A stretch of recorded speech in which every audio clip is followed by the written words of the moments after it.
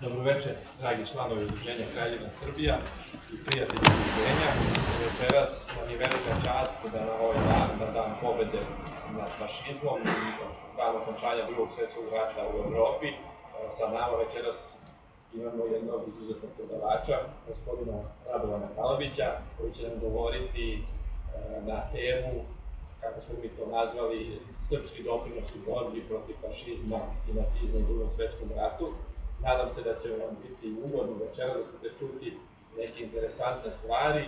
Naša istorija novija ima jedan veliki problem sa tim nekim decenijskim nasladama laži koje su plasirane u vreme komunizma, a i dan danas možemo čuti, pogotovo na ovakve godišnjice, da se i dalje te laži nastavljaju uz neke izmene i dopune, ali one su neka konstanta naše istorije. Mi se trudimo da ipak istina ugleda svetlost dana i zato sa nama imamo gospodina Kalabića večeras, koji će uspeti da na jedan objektivan način predstavi događaje iz Drugog svjetskog rata u našoj zemlji i sam doprinos našeg naroda u borbi za slobodu i uopšte za pobedu nad fašizmom i nacizmom.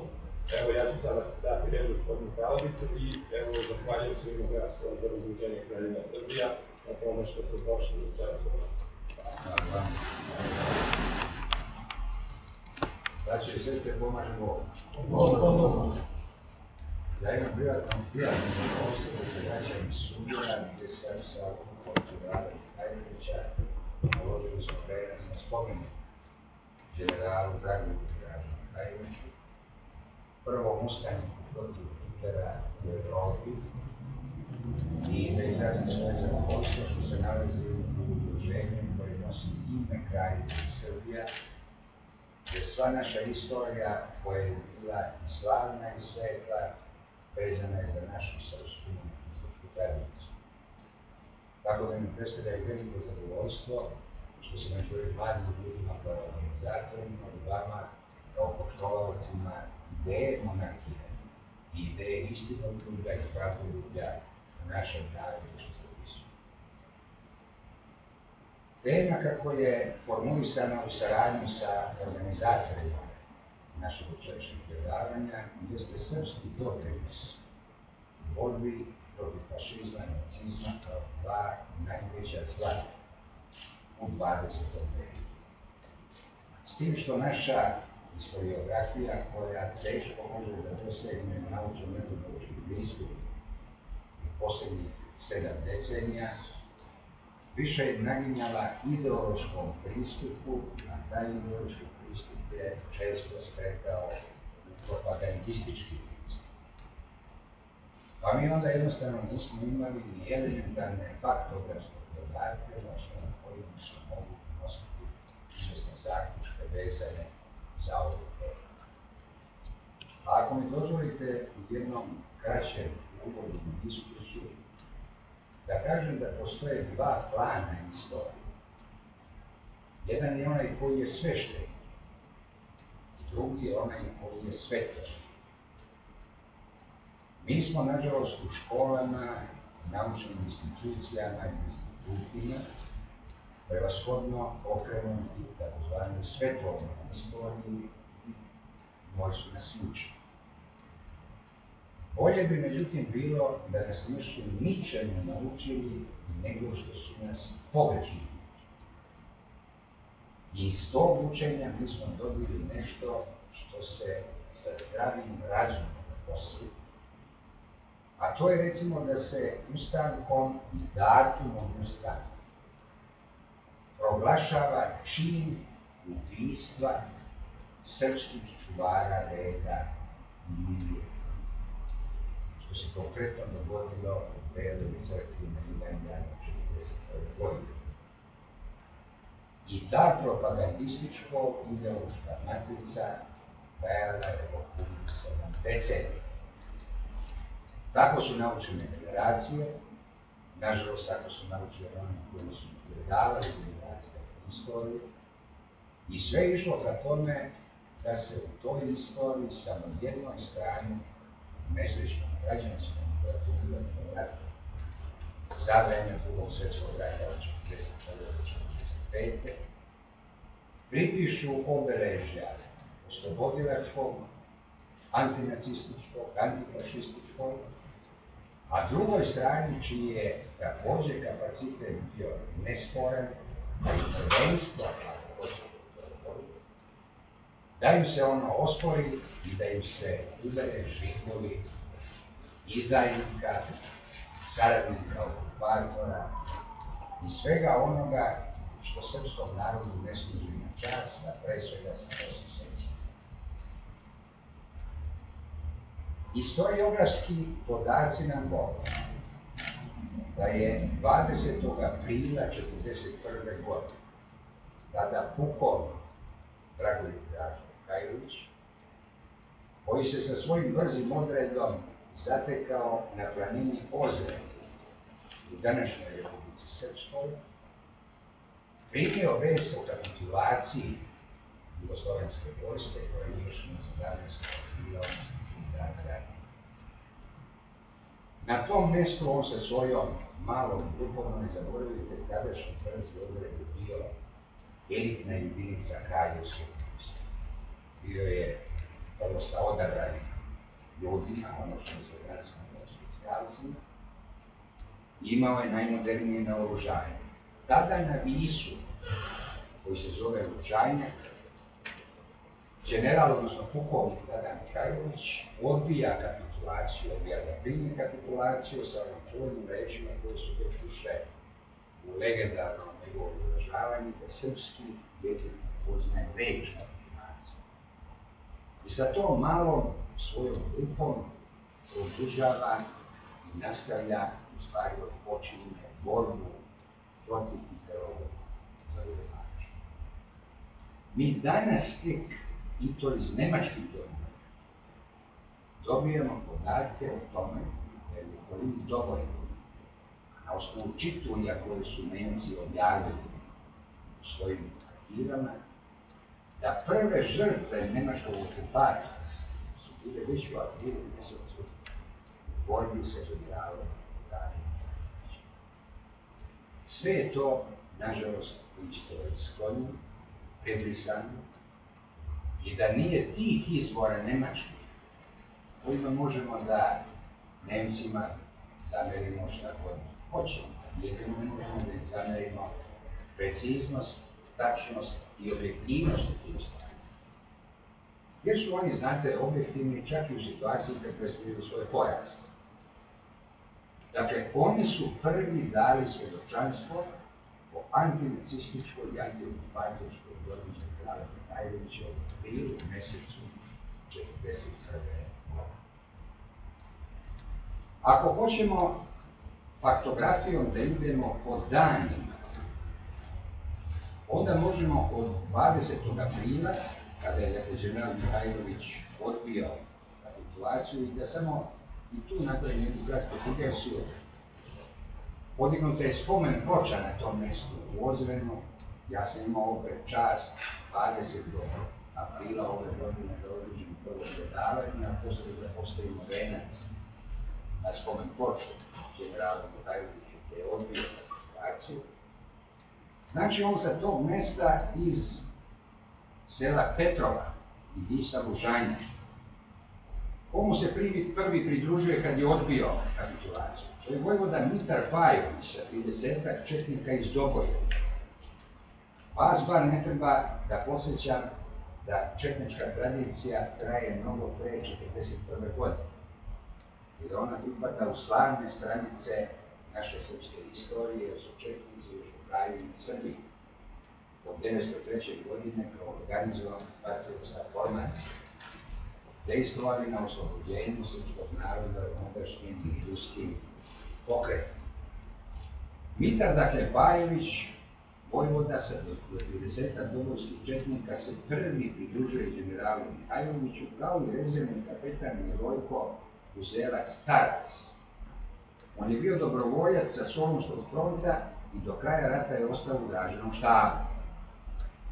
Mihajlović je u brzom odredu, potom pristupa i major Miodrag Palošević Paloš, najmlađi četnik vojvode Voje Tankosića iz Prvog svjetskog rata. I sad idemo po danima da pratimo hronološki gdje se kreće prvi tada gerilac u okupiranoj Evropi. Jer da se razumemo, postoje dva perioda vojevanja generala Mihajlovića protiv nemačkog okupatora. Prvi je onaj gerilski, jer posle 17. aprila, kad je on odbio kapitulaciju, general Mihajlović još nije bio imen od strane izbjegličke vlade ili ministarskog saveta koji je bio za ministra vojske, mornarice i vazduhoplovnih snaga. I on je, dakle, od 20. aprila pa do 11. januara 1942. godine, kada ga imenuje Slobodan Jovanović, pazite fenomen, prvi dan kad je Slobodan Jovanović izabran za predsjednika ministarskog saveta, znate koja mu je bila prva odluka? Prva odluka 11. januara 1942. godine je bila da imenuje generala Mihajlovića, odnosno pukovnika Mihajlovića, za ministra vojske, mornarice i vazduhoplovnih snaga, i od tog perioda počinje period legalne borbe generala Mihajlovića u sastavu, dakle, legalne vlade kraljevske Jugoslovenske, koja je opet bila saveznik Velikoj Britaniji, Sjedinjenim Američkim Državama i Sovjetskom savezu. I od tog perioda počinje period njegove legalne borbe protiv okupatora. Znači, već 21. aprila pukovnik Mihajlović izdaje naređenje da se poruši deo pruge Han Pjesak-Zavidović, te da se napadnu 4 željezničke stanice sa ustaškom posadom. I ovdje ću vas podsjetiti da je nakazna istorička tvorevina Nezavisna država Hrvatska formirana samo 4 dana nakon objave rata i bombardovanja Beograda 6. aprila 1941. što znači da je bila pripremana u dugom vremenskom periodu da je to reformirano. Povlačeći se prema Drini, Draža je 25. aprila u Kreštoj zasjedi razbio muslimanske ustaše, koji su iz olova pošli oružani napad na Srbe iz okolnih sela. Narednog dana, 26. aprila, Dražin odred napada nemačku kolonu na oko 6 km severno od Han Pjeska. Iz te bitke odred izlazi bez gubitaka i sa znatnim ratnim plenom opremljen oružju i municiji. Istog dana Draža zastaje u srpskom selu Kusače, gde su ga meštani izvestili o pljački i zločinima muslimana iz Žepe nad srpskim civilnim stanovništvom. Draža izdaje sljedeće naređenje: da mu dovedu na razgovor dvojicu najuglednijih seljaka iz Žepe, a nakon očinskih saveta on ih pušta da se bezbedno vrate u svoje selo i da ostalima prenesi njegovu poruku koja je u najkraćem glasa.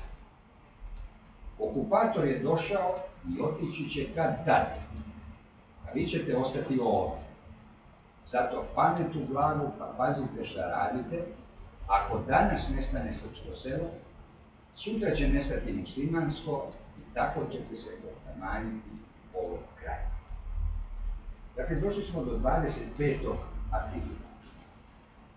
Kada sam prikupljao građu za prvu ravnogorsku istoriju, koja je objavljena 1992. godine, još postojećoj SFRJ, nekoliko godina pre toga proveo sam u srpskoj emigraciji u Americi, a kada gospodinu Čikaru, koga nazivaju još i drugom srpskom predstavnicom.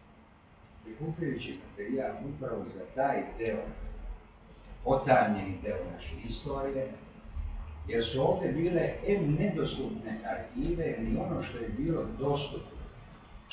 Bilo je razneto, čak i što se do te mere da su na privatne revere sudimali pa nikad nisu vraćali dokumente, ili su mnoga od tih dokumenta bila ne samo spomljena, nego falsifikovana. A izvore za upravo ovaj period o kome govorimo, to je period aprilskog rata, sačuvali su što iz prve ruke, što iz sećanja svojih saboraca, upravo ljudi koji su bili građani u najbližoj okolini. I upravo su oni svjedočili na stranicama ravnogorske istorije o tom događaju koji je kasnije u jednoj televizijskoj seriji sramno predstavljen kao trenutak u kome generalova pratnja ne sluša generala Dragu Mihajlovića, koji vrši užasnu kuću nad tim muslimanima koje general Mihajlović pušta. I to predstavlja ništa drugo do produžetak jednog bulajićevskog propagandnog i najgoreg ključa u kome se vojska generala Mihajlovića i njegov pokret predstavlja. Konkretno, reč je o Pavlu Meškoviću, poručniku koji je bio u tim redovima, koji je garant i svedok da su ti muslimani stigli bezbedno do svoje kuće. Prva nemačka potera za pukovnikom Mihajlovićem pokrenuta je tačno na njegov 48. rođendan, 27. aprila 1941. godine. Veštim manevrisanjem Draža je izbjegao ovu nemačku poteru i 29. aprila je prešao Drinu iznad sela Zaobra. Nemci iz Bajine Bašte 3. maja pokreću novu poteru za pukovnikom Mihajlovićem, a posle kraćeg puškaranja nemački oficir traži pojačanje bataljona iz Višegrada. A nemački garnizon u Užicu stavlja se u pripravnost. Draža tada uništava arhivu, pušta konje u šumu i sa Tare kreće na planinu Suovo. U nemačkom izveštaju stoji da je potera za Dražom na Tari nastavljena bez uspeha. Draža je prvo došao u Struganju, u rodnu kuću vojvode Živojina Mišića.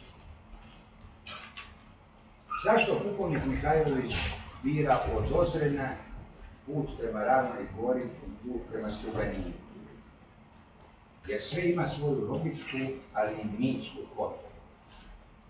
Naš proslavljeni vojvoda Živojin Mišić, onaj koji je proterao tuđina sa reke naše slavne, što bitke na Kolubari, cel, upravo je rođen tu u Struganiku, a drugi motiv Dražin da će tu zateći sina vojvode Živojina Mišića, Aleksandra Mišića, koji je bio njegov vlasni drug. On i nalazi, dakle, u Struganiku sina vojvode Živojina Mišića i svi mi pretpostavljam da znate za neuspjele nemačke potere kada se žrtvao Aleksandar Mišić, dajući priliku generalu Mihajloviću da umakne nemačkoj poteri. I istorijske istine radi treba pomenuti i odati priznanje jednom časnom i lojalnom Slovencu koji se zvao Ivan Frejler, koji je također odbio kapitulaciju i pridružio se srpskim snagama antiokupatorskim, a završio također tragično kao i Aleksandar Vučić. Dolazeći u Struganjak, on se u prvoj polovini maja sastaje sa Mišićevim sinom i svojim glasnim drugom Aleksandrom. Svoj štab je smjestio u čobanske kolibe na Ravnoj gori, sa koje je razvio zastavu srpske nepokornosti i otpočeo organizovanje oružanog otpora protiv njemačkog okupatora. Prvi u Evropi. Prema nekim izvorima, i tu se sad ne slažu podaci istoriografa, ali sećanja i memoari pojedinih aktivnih učesnika. Po nekim izvorima to se dogodilo 8. maja, a također je rasprostranjena verzija po kojoj za datum trećeg srpskog ustanka uzima se 13. maj 1941. Vjerejski pokret Draže Mihajlovića širio se velikom brzinom u okupiranoj Srbiji, ali i na celom srpskom etničkom prostoru. Tako u zapadnim srpskim krajevima, gdje je srpski živalj bio izložen na milost i nemilost genocidnoj ustaškoj politici nezavisne države Hrvatske. Nisu Srbi samo prvi ustanici protiv Hitlera u Evropi, nego je Loznica prvi oslobođeni grad u Evropi od Nemaca. To je istorijski fakat, istorijska činjenica. To se desilo 31. avgusta 1941. godine, kada je Dražin komandant Podrinja, potpukovnik Veselin Misika, inače najmlađi kraljev oficir, odnosno kraljevski major Kraljevine Jugoslavije, koji je tečno govorio francuski, nemački i češki, u podne je pokošen mitraljevskim rafalima dok je nastupao ka centru grada na čelu svog odreda. Posle Misitine pogibije, komanda nad ustanicima u Loznici poverena je kapetanu Bogdanu Drljači, a rezervnom poručniku Georgiju Bojiću, igumanu manastira Tronoša. U napadu na Loznicu zarobljena su 93 nemačka oficira i vojnika, prema kojima se postupilo po svim pravilima međunarodnog ratnog prava. General Mihajlović bio obrazovani, školovani oficir. Ne neko ko bi postupao sa zarobljenim vojnicima, odnosno sa zarobljenim licima na način nedostojan srpske radničke tradicije, srpske vojničke časti. Da napomenem da su svih 93 su preživeli, oni koji su bili povređeni ili eventualno bolesni, ukazana im je hitna lekarska pomoć. Tako je general Mihajlović postupao sa ratnim zarobljenicima. Već sutradan 1. septembra 1941. godine cerski četnički odred pod komandom kapetana Dragoslava Račića napada Nemce u Bogatiću, Varošici Mačvanskoj, i na jedan dan oslobađa ovu Mačvansku Varošicu. Nemačkom okupatoru u Bogatiću priskakli u pomoć ustaše koje su pristigle iz NDH. Račić je prinuđen da napusti Bogatić, u kome je izgubio 25 boraca, te da se sa ranjenim i preživelim ustanicima pridruži četničkoj opsadi Banje Koviljače, koja je otpočela također 1. septembra pod komandom potpukovnika Nikole Radovanovića. Za borbe na Koviljači interesantna su dva podatka. Prvi podatak da su Nemci prvi put posle okupacije u Drugom ratu podigli avijaciju protiv srpskih ustanika. I po tom, dakle, istorijskom podatku, Srbi imaju i treće prvenstvo u Evropi. I imajte na umu da su borbe za Banju Koviljaču bile izuzetno teške, ali da je jedan datum stajao ispred ustanika generala Mihajlovića kao svetli datum na koji su sebi zadali zadatak da oslobode Banju. Taj datum je bio 6. septembar, rođendan kralja Petra II. Karađorđevića. I To je bio svojevrsni i najljepši poklon u okupiranoj Evropi koji je kraljevska vojska mogla svom vrhovnom komandantu da pokloni. Nakon oslobađanja Banje Koviljače, koje je, samo da kažem, poginuo 41 četnik Draže Mihajlović, dok su Nemci imali 9 poginulih, 24 ranjena i 51 zarobljenog. U međuvremenu su okončane borbe za Rudnik Zajaču i Zavlaku, a Krupanj je oslobođen 4. septembra 1941. godine. U oslobođenju Krupnja učestvovalo je 300 četnika popa Vlade Zečevića, koji je tada bio u jedinicama Draže Mihajlovića, i poručnika Ratka Martinovića, koji su obojica kasnije prešli u redove Titovih partizana. Usledili su napadi na nemačkog okupatora u Šapcu, Kruševu, Gornjem Milanu, Čačku, Kraljevu, Kragujevcu, Valjevu. U Valjevu general Mihajlović lično nadgleda opsadu Valjevu, komanduje lično opsadu. I u svim ovim oslobodilačkim akcijama borci pod komandom Draže Mihajlovića imaju presudnu ulogu.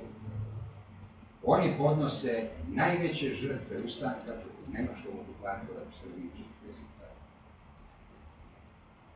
Kako se Hitler odnosio prema Srbima od prvim ustanicima u Evropi pod komandom Draže Mihajlovića? Nigde, ni na jednoj okupiranoj teritoriji on nije doneo takav drakonski zakon kao što je doneo za teritoriju Srbije.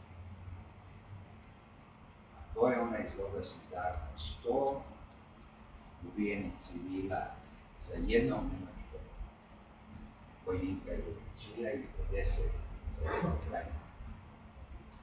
To je bila u stvari njegova odmazda od Srbima od prvim ustanicima protiv Evrope. Na osnovu, dakle, zloglasne Hitlerove naredbe koja je pala 16. septembra, Nemci pod komandom generala Franca Bremea već 29. septembra 1941. započinju operaciju gušenja ustanka u Srbiji. Kreću od Mačve i u svemu se dosljedno pridržavaju Hitlerovog uputstva o primjeni bezobzirnih mera koje moraju poslužiti kao zastrašujući primjer. Završen citat. Jedna od tih bezobzirnih mera bila je da se za jednog ubijenog nemačkog vojnika strelja 100, a za ranjenog 50 srpskih civila. Kragujevački masakr predstavlja najdrastičniji primjer nemačke odmazde nad nedužnim stanovništvom od koje nisu bila pošteđena ni deca uzrasta od 8 i 15 godina. Prva i prava bitka između Dražinih četnika i Titovih partizana, koja stoji na početku građanskog i diktaturačkog rata u Srbiji pod nemačkom okupacijom, počinje na Prešnici kod Užica u Zoru 2. i traje do 9. novembra 1941. godine. Ova bitka je okončana ulaskom partizana Kosjević i četničkim postupanjem prema Ravnu gore. Nemačka operacija hvatanja pukovnika Draže Mihajlovića otpočela u Zoru 6. decembra 1941. godine. Gonioci su, koristeći se efektom iznenađenja, banuli pravo u kuću majora Aleksandra Mišića, i o toj epizodi smo već pričali, ali samo da se podsjetimo. Prva, dakle, opera s generalom Mihajlovićem 6. decembra 1941. Posle prvog i neuspelog prepada, Nemci krajem decembra, dakle već za nekoliko sedmica, pokreću opsežnu ofanzivu na Ravnu goru s istim ciljem, da se dočepaju pukovnika Mihajlovića i da unište njegov glavni stan. Međutim, Draža je ponovo uspeo da se izvuče iz nemačkog obruča i da pređe u Dragačevo, a potom u svoj rodni kraj u Ivanjički Srez. Početkom 1942. on se sa planine Javor vraća u Dragačevo, te 11. januara 1942. prima vest iz Londona o postavljenju za ministra vojske, mornarice i zrakoplovstva u izbjegličkoj bazi sa Bogdanom Jovanovićem.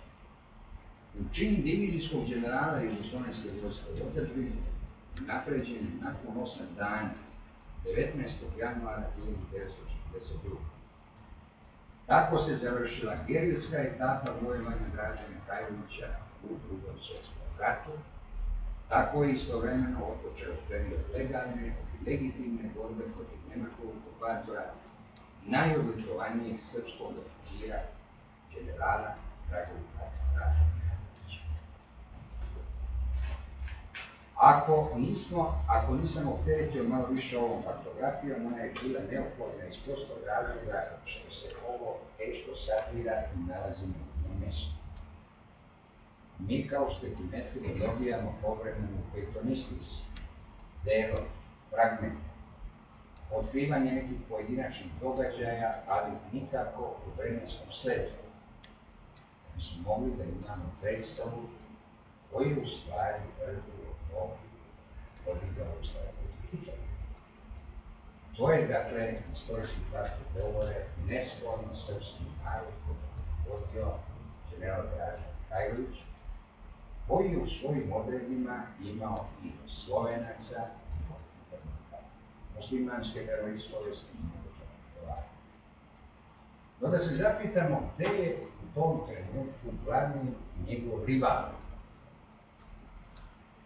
što će se ispostaviti u Drugom svjetskom ratu, glavni rival bratoubilačkoj borbi nesrećnog grada. 1939. godine bio je uspostavljen pakt Molotov-Ribbentrop između nacističke Njemačke i Sovjetskog saveza, koji je podrazumevao napadanje predvremene Sirije. A kao produžena ruka Kominterne, Josip Broz Tito bio je mirno smešten u Zagrebu do bombardovanja Beograda. I onda se nalazi u jednoj vili u Bocićevu. Istorijski neotkrivenim dokumentima govore da je živjelo tada u zaštitu. Je to logično. Su saveznici u Drugom svjetskom ratu sve do 22. juna 1941. godine. Zašto ja insistiram na ovim datumima? Ne da bih vršio inventarisanje, nego se jednostavno tek kroz datume može vidjeti koji je bio gde za koje vreme. Nije nikakva tajna da su ga sačekali u zemlji. I to sa dokumentima koje je dobio od nezavisne države Hrvatske, Gaša Rajter, Teorijanka Paunović i ataše Nemačke ambasade. I tako su ga proveli u vilu u Botićevoj ulici koja je bila bitni dan. Ispostavit će se iz kasnije dokumentacije da je Hitler tadašnji vlasnik, kao što sada kaže, većinskog paketa politike, bio sovjetski agent, koga su oni zarukovali još pre početka Drugog svjetskog rata, i da vas ne posjećam kako će ulogu kasnije odigrati i u zasedanju Hanoja i u izveštavanju politike koja od tog trenutka počinje da biva nakrcana komunističke distance. Kad Josip Broz Tito donosi odluku o izdanju Ustava. Zvanična njihova historiografija kaže 4. jula. Sve do 22.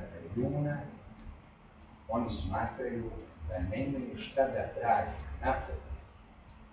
Bili su 5. kolona koja je vršila obstrukciju dizanja ustanka u ondašnjoj Jugoslavije. Tek kada je napadnut Sovjetski savez, to trenutka oni donose odluku da podignu ustanak u drugu partiju. Neko bi se možda pitao, a kako nije donio odluku da podigne ustanak u svom rodnom Kumrovcu, ako mu je Kumrovec rodno mjesto. Nego je došao u Srbiju da je oslobađa u Drugom svjetskom ratu isti on koji ima ulogu austro-ugarskog Zugsfirera, koji je 14. godine išao do Ekvadora, a sada je navodno došao da oslobađa. Ovo je samo jedno od logičnih pitanja, mogu bi se postaviti bezbroj. Slični. General Mihajlović nalazi se tada kad gerila partizanska pod komandom generalnog sekretara vrhovnog komandanta. Imao dve funkcije. Generalni sekretar Komunističke partije Jugoslavije, vrhovni komandant Narodnog slobodačkog pokreta. Da ne bi izgubio ne samo preimućstvo, nego čovjek koji je rodoljub, školovani oficir, koji se nalazi pred ovom zloglasnom Hitlerovom naredbom 100 za 1. General Mihajlović stavlja kroz načelo i pita se: da li jedna gerila može da doprinese i da takav doprinos ratovanju sa takvim žrtvama nevinim civilnim, i da li je to vredno? Ili će čekati onaj moment kada po svim ratničkim pravilima i vojnim uz frontalne velike napade bude nas u savezniku, bude nas ovakvim svoje operacije. Dok se general Mihajlović to pita, ovaj drugi stranac, bivši austro-ugarski Zugsfirer, takvo pitanje mi postavlja jer za njega srpska krv nema isti značaj. Kao što ima za Zorana Mihajlovića, krštenog čovjeka, za koga se zna i ko su i otac, i majka, kad je rođen, gde je rođen, koji je krsnu slavu slavio, koliko dece ima i svi drugi podaci koji su neophodni za jednu svetu biografiju Mihajlovića. Dok se za njegovog rivala u Drugom svjetskom ratu, po njegovim svjedočenjima, koje dakle sam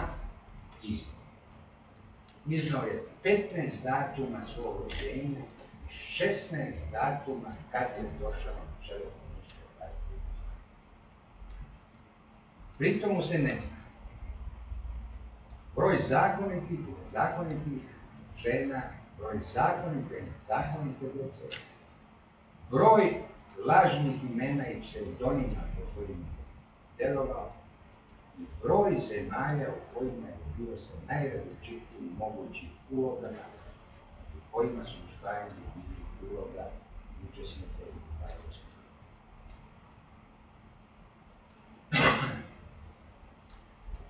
Nažalost, u redovima ovog drugog pokreta, Narodnog slobodačkog pokreta, naročito na teritoriji Hrvatske, kada se podiže ustanak, on je stvarno podignut 27. jula 1941. godine. Ali on nije bio ni pod kakvim ideološkim obeležima, najmanje pod obeležima zvezde fotografije, nego je bio refleks odbrane srpskog naroda protiv ustaškog genocida. Da bi se kasnije nametnuli tom pokretu i na najperfidniji način regrutovali što veći broj Srba te jedinice, kojima također moramo da odamo, kao našim sunarodnicima, puno priznanja, jer većina njih je uz najiskrenije ideje za oslobođenje i borbu za slobodu krenula, gledajući i ne mareći pod kojim znamenjem ratuju. Do tog nesrećnog ratoubilačkog rata došlo je, kada bismo pogledali koji je bio sastav jedinice, i jednim i drugim formacijama bilo je najviše naših Niko iz današnje historijske perspektive ne osporava antifašistički, oslobodilački karakter i narodno-politički pokret do sada. Ali ako uklonimo sve ideološke pregrade i sve propagandne naslanke koje su 70 godina taložene što u našoj javnosti, što u našim obrazovnim programima, učbenicima u školama, možemo samo da zaključimo da su Srbi bili ne samo prvi ustanici protiv Hitlera u Evropi, već i najveće žrtve u Drugom svetskom ratu i najbrojniji. Zato im svima, ako dolikuje po Božjoj ljudskoj pravdi, treba odati dužnu poštu, dužno priznanje. Eto, ja bih za sada toliko, a bio bih spreman i rad da odgovaram na vaša eventualna pitanja, ako mi organizator, ako imaše, da odželite. Sigurno. Evo, vi preuzmite onda ulogu. Evo Bože prvo. Gospodin Samardžić, on je odgovoran. On kaže da je bitka na Sutjesi prvenstveno bilo hvatanje Draže Mihajlovića. A s obzirom da su se partizani uključili sa Nemcima, da poraze četnici kad je Draža veštim manevrama izvuko, sa vrlo malo gubitaka, onda su Nemci rešili, ajde, kaže, pa da zli partizane kao Srbe da... Znate šta je Tito rekao? Tito je rekao, tako nam i treba kad se dogovaramo s Nemcima. Jer je prethodio Sutjesci, prethodili su martovski pregovori koji su oni krili kao zmija noge. Martovski čuveni pregovori u Zagrebu, kada Broz šalje najvišu moguću delegaciju ondašnjeg partizanskog pokreta, u čijem sastavu su Koča Popović, Vladimir Velebit i Mirovan Đilas, na pregovore sa Nemcima. Ja pretpostavljam da je vama to već poznato. Gde oni između ostalih Nemcima saopštavaju da u slučaju iskrcavanja anglo-američkih snaga na Jadran, za njih Nemci uopšte nisu ni protivnici i da je za njih jedini protivnik general Dragoljub Mihajlović i protivnici. Kad su imali te martovske pregovore, gde su između ostalog predjednog uslova je bio, imali su pregovori u Vakufu pre toga, sve to bilo prikriveno belom tajni i to se još uvek ne izučava. Tako da je to, gospodine, vi to znate, ovo što ste rekli, samo ja da vam dodam šta je ovaj rekao pre toga. Tako nam je treba kad verujemo Nemcima. I mala dopuna unuk onog muslimana koga je navodno četnik zakon izražio. Javio si i rekao da mu je deda preživio, da ga Draža, na internetu je pisalo da ga Draža kad nije. Nažalost, opet je film Radio Srbije. I zna se koji. Da. Hvala. Evo gospodin Milić. Imao bih dva pitanja, ali prvo ću da formulišem ovako. Pretpostavljam da ste vi studirali istoriju na Filozofskom fakultetu u Beogradu, pretpostavljam nekih 80. godina. Sad, šta je zanimljivo? Vi ste verovatno tih godina morali da slušate tu komunističku, propagandističku istoriju koju smo svi učili. Za mlađe, da kažem, nekakva bomba koja se u meni dogodila istorijska išla je kasnije sa pogledima, sa srpskom rečju, sa 91. godinom, kada su te stvari počele da naglo puljaju, da isplivavaju, mada to pitanje, u okviru neke moje porodice, to pitanje Ribbentropa, te saradnje, bilo je tada još živih ljudi koji se sećaju kako se sve to dešavalo.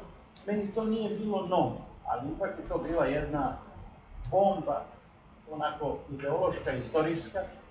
Sada mene interesuje u vašem ličnom slučaju, kako je to izgledalo? Vi izlazite na ispit, odgovarate nekakvu Sutjesku, Neretvu, tako kako morate, kako program traži. I kada se u vama nešto lomi i kaže ovo nije tačno, ovako neću, stvaram novu istoriju, uzimam nove izvore, nove podatke i krećem drugim putem. kakve ste otpore imali, pretpostavljam ogromne, uopšte kako ste se borili za svoju nauku, za svoju, vidimo faktografski tačnu istornost. Ja mogu da vam kažem da jesam izlazio na ispite polagao ih u Svetom Savi. Ja nisam studirao istoriju nego književnost. I hvalim Boga što me ta nauka historiografska o tim programima njihovi nije zatrvala. Nego mi je ostavljen prostor da recimo preko srednjevekovne književnosti naše Svetog Save, Domicijana, Teodosija, preko naše narodne književnosti, preko, ako hoćete, antičke književnosti i tako dalje, dobijem jedno šire obrazovanje i ne bude muško usmeren na historiografsku nauku. Govorite o otporu. Vi u stvari postavljate jedno zaista zanimljivo i veliko pitanje. Pitanje unutrašnje drame svakog čovjeka. Ja ne bih mogao da definišem kakav je to bio bunt i otpor, da li on imao čisto intuitivnu neku osnovu. Ja sam već u 7. razredu osnovne škole sumnjao u njihove te ofanzive koje se na kraju ispostaviti kao njihove bežanije. S druge strane, mislim da sve nas pojedinačna porodica u prvom redu najviše profiliše, ako hoćete i usmera, one koji su u porodici, oni koji pripadaju ulici, njih ulica profiliše i usmerava. Ali ja mogu, gospodin Milić, mogu iz vašeg pitanja da shvatim koliko ste vi naslutili drame mnogih Srba, koji su morali ili da prime ili da reprodukuju jednu, ajde da kažemo, propagandističku, da težu neku reći. To mora da je drama jedna velika koja u ekstremnim slučajima dođu do šizofrenije. Jer kad bi čovjek bio samo materijalno i praktično biće, ne bi bio biće duše i srca, onda bi on bio jedna mašina koja lako može da se prilagođava ili, kako je Darwin već to želeo da ustroji čovjeka, mnogi svjetski poredaka danas vidi kao tako, kao jednu biološku činjenicu iz jednog roda. Mi Srbi smo bili denacifikovani pod izrazom denacifikacije, podrazumela obeskorenjivanje, uklanjanje potpuno naše tradicije do 1945. godine, brisanje našeg identiteta. Naš identitet počiva na dva stvari. Svetosavlje, Bosanskog zaveta. Mi smo zavetni narod. Mi smo narod Svetog Save koji je Hristov apostol među Srbima. Sve to je bilo uklonjeno na stranu, bilo je predat jedan ideološki obrazac po kome se malo vladati i ponašati. I vaša procena za naše škole i za naše univerzitete potpuno stoji na mjestu. Ja mogu samo da se učestvujem sa tim ljudima za koje ste pogrešno identifikovali iz najbolje namjere i mene da sam studirao sa njim. Nisam. I pitanje je da li bi govorio ovo i znao ovo da sam to. Postavio bih još jedno, ali dajte još nekome, pa ću ja kasnije. Evo, gospodin Popović. Ja bih upravo govorio. Danas se mnogo zna. Boraci su izašli, bili nekako. Kako je se to sve razvijalo, i meni se čini u cijeloj našoj djelani da je mnogo važan razvoj i put grozom. Recimo za bitku na Sutjesci, Francuzi su ovako bili. Kad je Broz umro, onda su onda organizovali, imali su na televiziji takav program, jednu emisiju, ali njega jednako govorio. U vezi te teme čovjek je neki film posle ljudima skupili su ljude sa svih strana, koji nešto o tome znaju i hoće da kaže. Kako je broj umro, broj je sutjeska, u filmu nije prikazana bitka između Srba i između četnika i partizana. I oni bukvalno znači koji je bilo, kada nisam koji plaće, to nikako istina nema. Kako se mi kaže kako je stvarno. A kaže, glavna stvar je u tome da jedan vojskovac koji nema neki drugi cilj, nikad svoju vojsku ne bi vodio tamo gdje on ovdje jedan vrlo težak posao, nema ničeg i tako dalje. Znači da je on došao sa vojskom tu da nešto drugo uradi. A to nešto drugo, Hitler je, on je bio savez sa komunistima, ali on je komandant Njemačke u Zagrebu nije. On je tom prilikom dao oružje partizana koji su bili kod uništenja. On je dao oružje i oni su četnike ucrnili. Htio bih nešto drugo, njemu se puno zna, mnogo ne zna. A njegov put negdje počitam prema 34. godine je bio Engleskih. Naša neka knjiga koja će previše toga da Amerikanci pisao, a da je taj Amerikanac sa Churchillom organizirao neku trajnu organizaciju za koju je bilo znalo mnogo ljudi, smješteno u Kanadi, neki današnji vjerovni, i ta organizacija je bila specializovana da podstavljaju važni dokumenti. Broz je 30. godina 1978. Živ Pilikovski. Špiri za meka. On je imao njihov dokument. Prvi dolazak trojice ljudi od Novice u septembru 1941. godine dolazi u Novosti u Sočnici, jedan postav vrlo težak i pada pravo na partizanske roče. Neko slučaj. Na tome Broz je bio savez, odnosno špinom engleskim i pre toga, zato se često ponašao kako se ponaša. Treba naći dokumenta i stanovi se kao neko službi. I, što je rekao malo pre, mnogo se danas i zna. Ja molim da se organizuje neki skup ljudi koji poznaju u detalje sve to. Da taj skup donese neku, da kažem, zvaničan stav, jer Srbija je bolesna oko dve ideje koja je bila jedna srpska, narodna, normalna i bila je bila samo borba protiv Srba. Sad se pojavila neke nove ideje i među njima da kažu, pa se pitaju zašto je njih Broz vodio tamo gdje su tako masovno ginuti. Onda je još isto. Kako to počeo da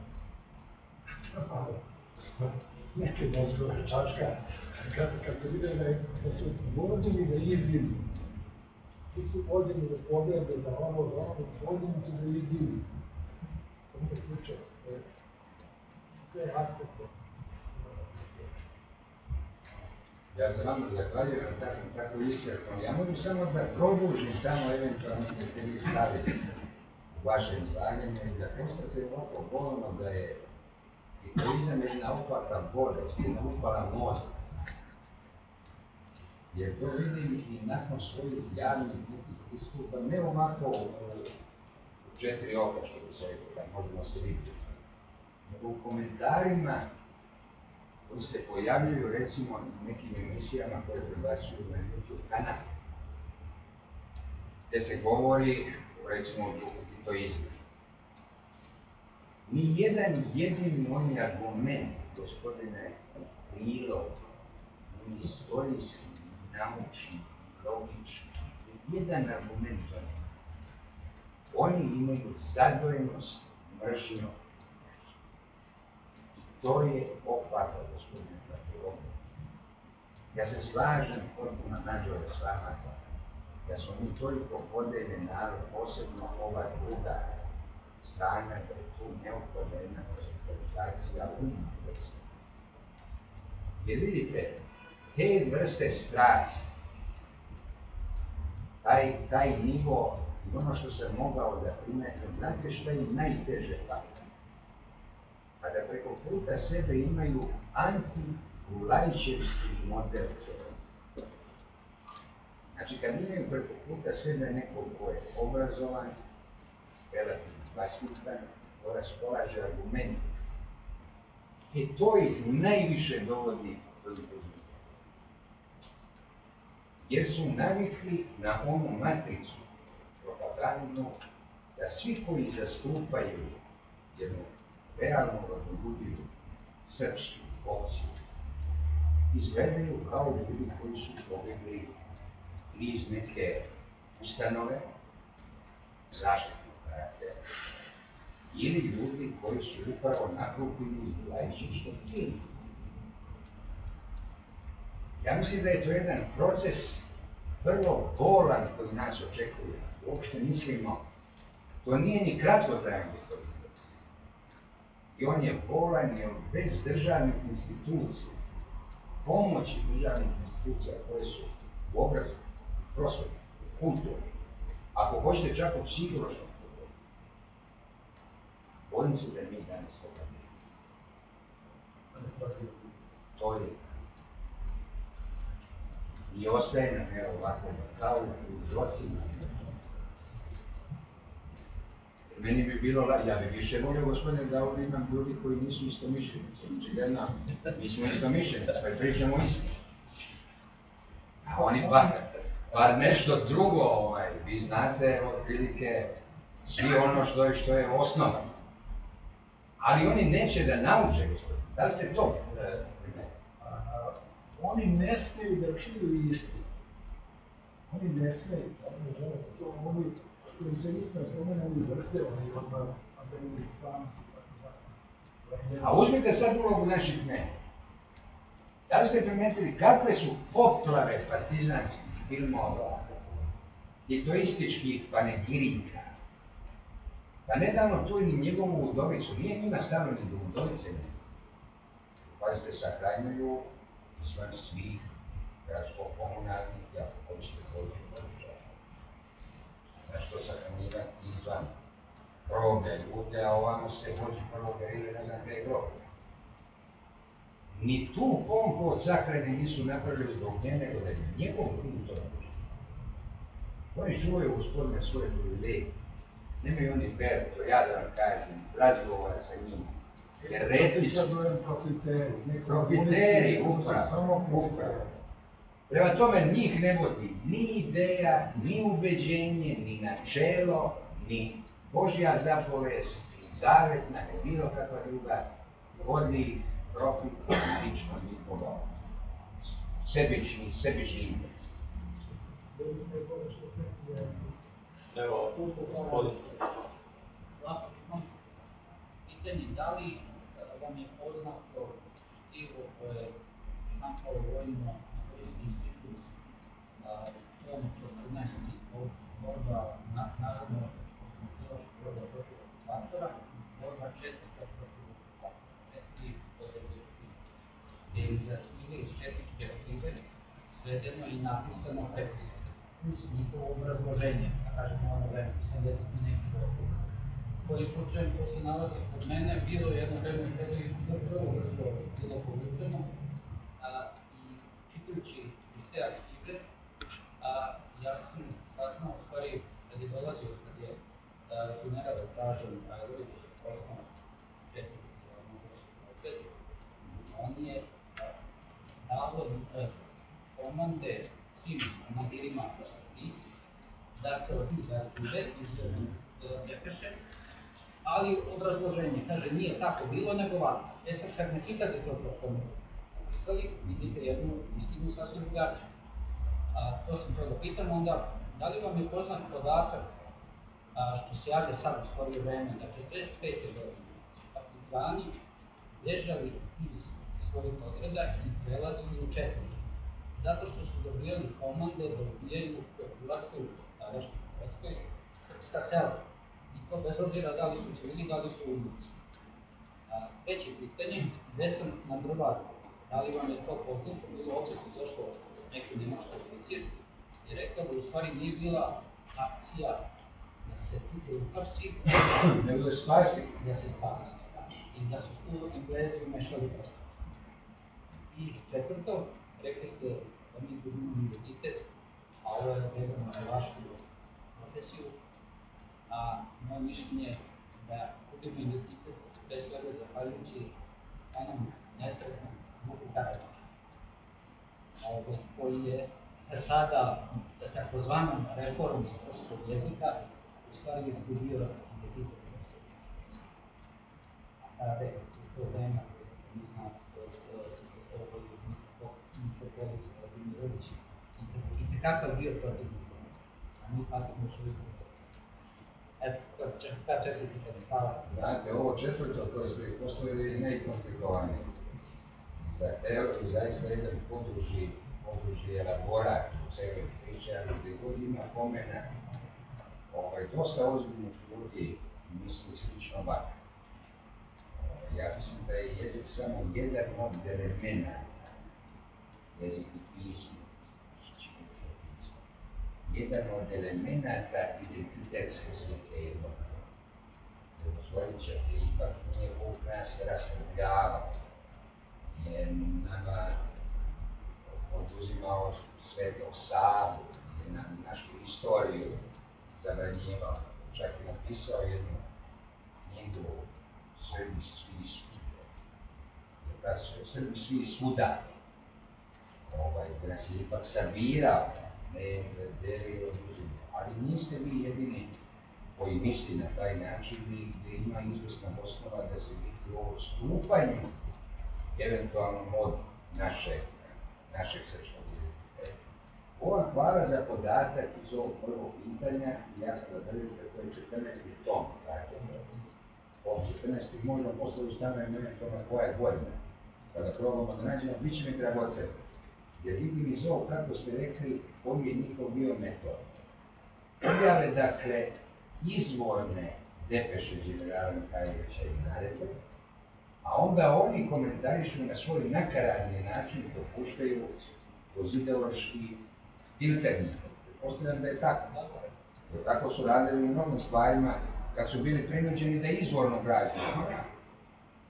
Tako da vam posebno hvala i za ovo i ako budemo bili u prilici da negde to pronađemo. Mada meni kažu neki prijatelji da dosta knjiga na Google pijaci mogu da nađu jer njihovi potomci, koji inače ne mare mnogo za ostavštinu pa svojih predaja, iznose to i prodaju čitave domove.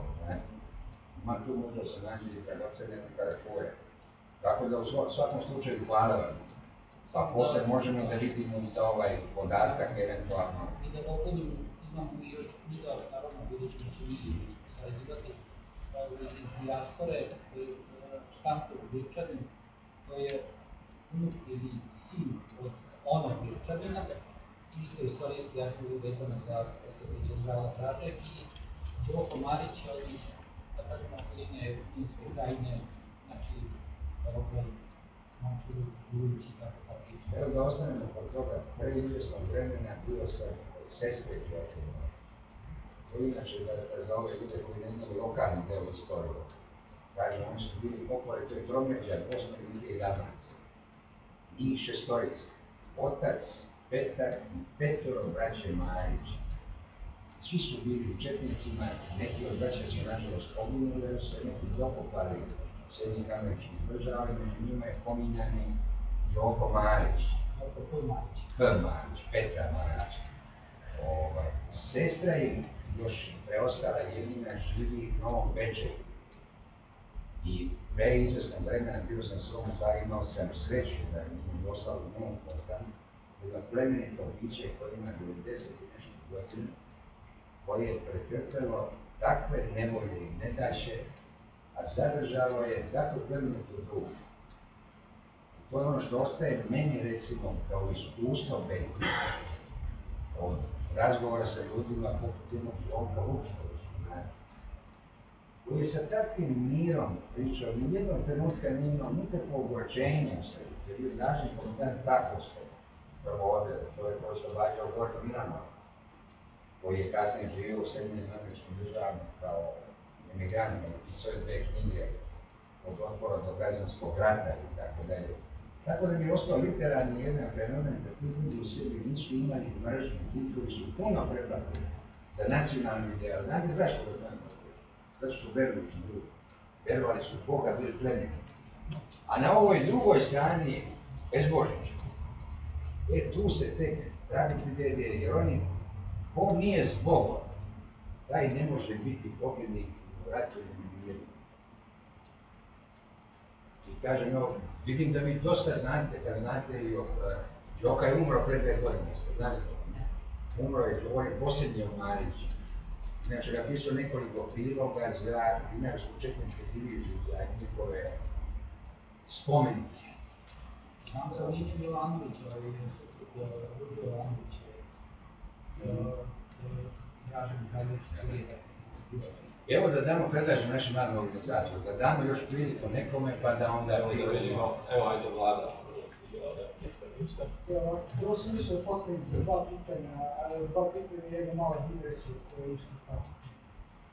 Prvo pitanje je, cijelo sam rekao jednu situaciju s početka rata, koja ako možete malo pojasniti ili da kažete ono što je znatilo događaju s početka rata, prolasku pripremu kroz Požegu sa vraćanjem, kada se vraćao sa pregleda sa Dražanom. U tom momentu kada je mogao da bude upravljen sa istoričnice, a nije. Drugo pitanje je nešto što se odigravalo ceo tog rata, a vjerojatno najviše se gleda onako na kraju, to je da li su postojali, kako su bili kontakti generala Draže i uopšte to je Jugoslavijske vojske obrađene sa sovjetskim snagama, pošto su Sovjeti ušli u Srbiju. I treće pitanje, ta digresija na ovo posljednje što ste pričali, našao se u jednoj knjizi pomenutog gospodina Marića, Đokice Marića, da na početku ustanka u Riki ili na Promeđi, gde su oni bili, da su u stvari čak Đoko Jovanić, kasniji general, i čak mislim da je pomenuo Jovan Broza, to ne smo dovoljni, to možda bi mogu da promenuti, da su čak i oni bili sa njima u ustavičkim periodima. On je tu naveo da su oni znali njih kao neke predratne levičare, ali zbog ustaškog terora niko to tada nije navio, jer da kažem, oni su uspjeli počeli mnogo krva nego što su partizani počeli da se organizuju na tom prostoru, oni su imali neko koji je, da kažem, vojnički obrazovan da bilo, onako ili da ustoji bilo kako vojsko. Čak i da su vođe tog ustanka Srba, uglavnom bili četnici, dakle, nemaju nikakve veze sa komunistom ni tada ni kasnije, niko od njih, a danas je u Hrvatskoj promjeni kao, da kažem, vođe antifašističke borbe sa komunističkim preznakom, recimo taj Zamčikus i pošto je Indra i danas radio, a prosto ljudi nisu bili ti za koje oni danas pomeni da su bili. Evo, ako mi dozvolite, hvala na svaki ova pitanja, vrlo izazovno. Pa da polako privodimo i kraju. Dva su bila susreta tete, oči u oči Đebrada Mihajlović i Josko Broz. Prvi je 19. septembar 1941. godine u Struganiku. drugi je 26. oktober 1941. u Brajiću. General Mihajlović je imao predloge i ideje od svojih saradnika, koji su već bili pripremili da likvidiraju Josipa Broza, jer je on bio već sumnjiv u početku. Ali imajte na umu, ja u više navrata čujem kritike na račun generala Mihajlovića zašto nije poslušao svoje saradnike, a znajte da to onda ne bi bio srpski oficir. General Mihajlović, vitez, kad bi ubio nekoga kome je garantovao oficirskom režu bezbednosti. Na stranu što ja mislim da i da je to učinio, a ne bi bilo primjereno jednom srpskom oficiru koji daje oficirsku reč, da bi ta ekipa Kominterna naša drugo, jer je njima bitno bilo sprovođenje ideje i imajte na umu. Naša je velikim delom programskih sudbina rešena u Dresdenu, kongresu Kominterne, 28. godine, kada su postavili cilj slanjanje kičme srpskom narodu i srpskoj pravoslavnoj crkvi, davanje država svim ovim drugim zasebnim državama, svim ovim drugim državama koje su nastale iz raspada bivše SFRJ. Kakvi su bili, vaše pitanje drugo, kakvi su bili kontakti sa Sovjetima? General Mihajlović je imao kontakte sa Sovjetima, između ostalog svog komandanta u istočnoj Srbiji, pošto on teritorijalno bio najbliži sovjetskim trupama koji su bile u Rumuniji. To je bio Velimir Delja Piletić, inače potomak čuvenog Srba Jola Piletića. Njega je između ostalog slao u misiju za pregovore sa Sovjetima ili je kod Vukninov štab bio tada u Krajovu.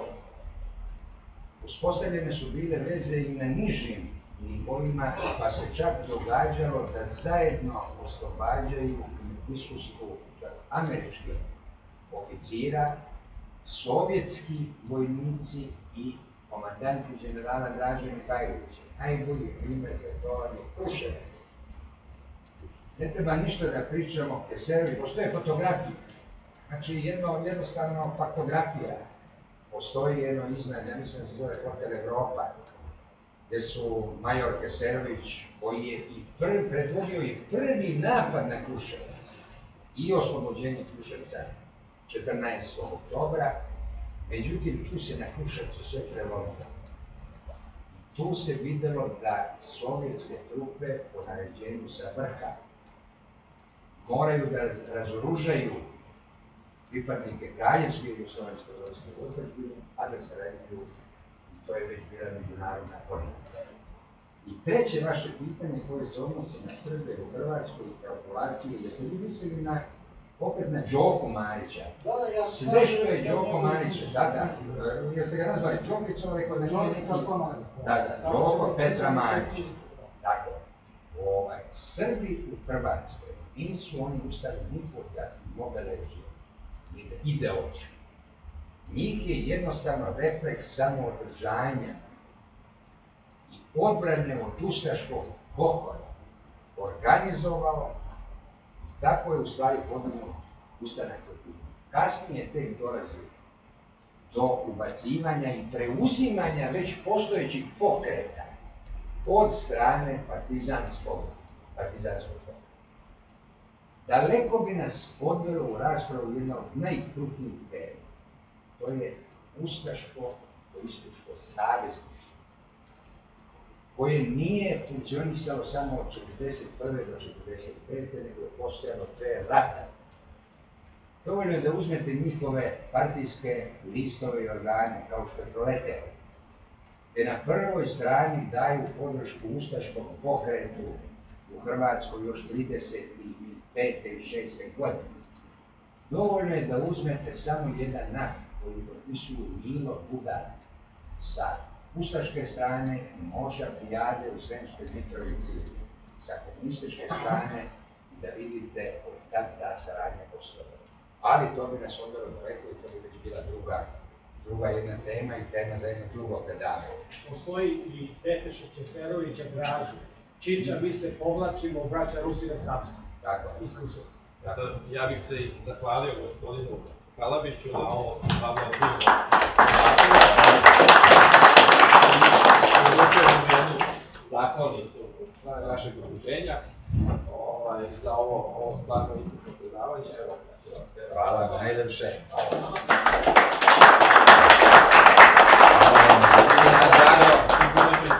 Da će Bog.